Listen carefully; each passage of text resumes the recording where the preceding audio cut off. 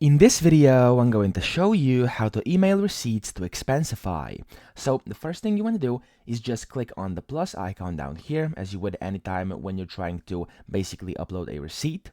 And then over here, you want to click on Create Expense.